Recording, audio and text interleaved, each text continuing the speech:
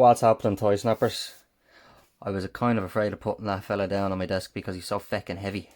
This is a solid piece of plastic right here.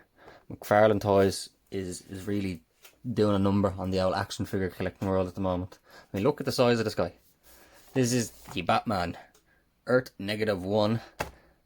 But everyone knows him as Devastator. I don't know why they went with the Earth names, but it's Devastator. But look at the freaking size of him. They use the same size box, but he literally takes up the whole box. I barely have room for him on my review bench.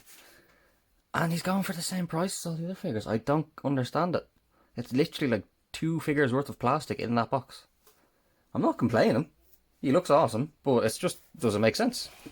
Anyway, to the review. It's the standard multiverse Mcfarlane packaging. There's nothing much jazzy about it. It's the dark blue, the black and the white decals. You got the trading card on the back, which is the Devastator there. It is usually from the issue cover. I think it is from the cover of Metal issue, doesn't say. Okay then. And yeah, that's pretty much the outside of the box. Let's get into the meat of this thing and open it up. But first, we need the review knife. There he is. Ooh, sorry you all had to see that. Anyway, like, yeah, that's the trading card. He comes with the stand. I usually don't keep these. It's all about the figure, baby. And what a figure this guy is. There he is now, standing in all his glory. Wow, he's such a unit. He is a chunky boy. He feels like a chunky boy. He's so spiky. There's so many crazy details on him. And the mouth does move. That's pretty sweet. He has more articulation than I thought he would for such a chunky boy. I've seen other people's reviews. I actually saw Brad, the DC Universe review, and like the articulation that he had was crazy. So it's interesting to see now that he's in hand what sort of movement. And it's not that bad. I was expecting a barely posable statue. But this is solid. So, for people who don't know, this is the Devastator Batman. It's what happens when Batman gets infected with the Doomsday virus. You get this abomination here, and he is from the Dark Knight's Metal kind of crisis crossover event, where they had many different iterations of evil Batman. And this guy was one of my favourite because I love Doomsday. I love his design. And give me Batman and Doomsday any day. Look at that.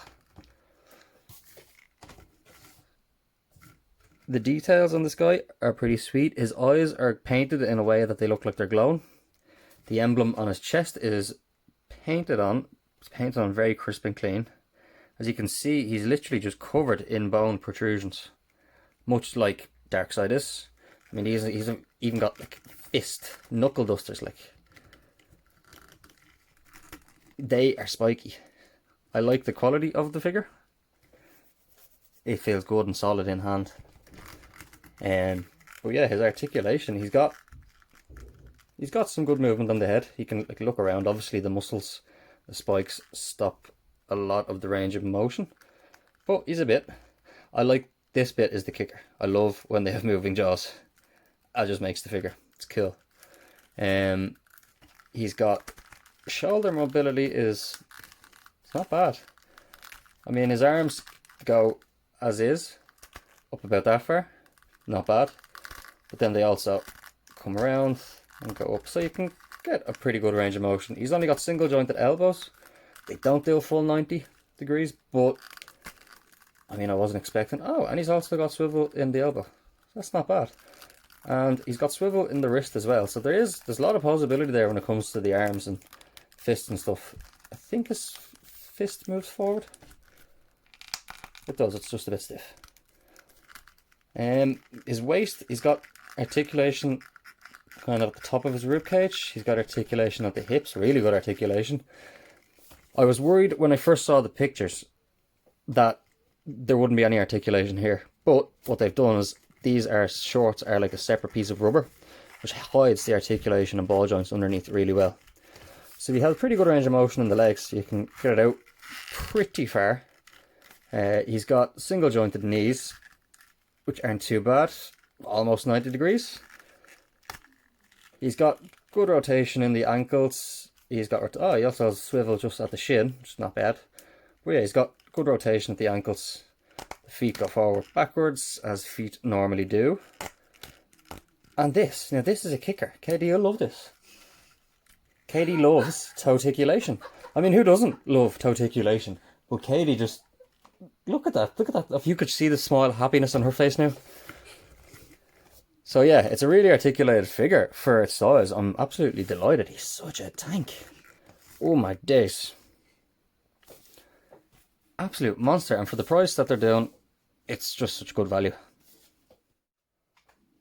Alright, so here we are, just a little scale point. He could, in my opinion, be a small bit taller, but I can see what they were going for. They had to fit within the box. They didn't want to make a new box. Whatever. Not the end of the world, still a cool figure. But here he is, scaled up to another Mcfarlane figure. So you can kind of see, maybe another inch might have done it. Still, it's fine. Funny enough, he's actually smaller than the Mattel Click and Connect Doomsday from New 52, which I thought was kind of funny, because I always thought this guy was kind of small. But it is what it is, and you can kind of see the similarities, the chests, all the bony protrusions and stuff, and even the knuckles. Obviously, this is a much more detailed figure. But it just goes to show, like, both these figures were in the same price point, and look at the detail and the quality. So Mattel, what the hell were you doing? What were you playing at? Cheap ass motherfucker. Anyway, that's the scale view. So here's a head to toe shot of the Devastator Batman from Mcfarlane. Overall, he's an absolute incredible figure. I really am enjoying him, and for the price that he is, you can't pass him up. If you can get him in a shop, if you see him out anywhere, pick him up quick, because I can see him being a very rare figure down the line. Just hats off to Mcfarlane as usual. They really are knocking it out of the toy line. I know they've been giving us a lot of Batmen, but the Batmen they've been giving us, like, they're pretty cool. I mean, look at him. Look at all that stuff. The detail, the paint apps, it's all incredible. For a 20 to 30 quid figure, you can't argue. So, hats off to Mcfarlane. Get this bad boy if you can, and I will see you on the next review.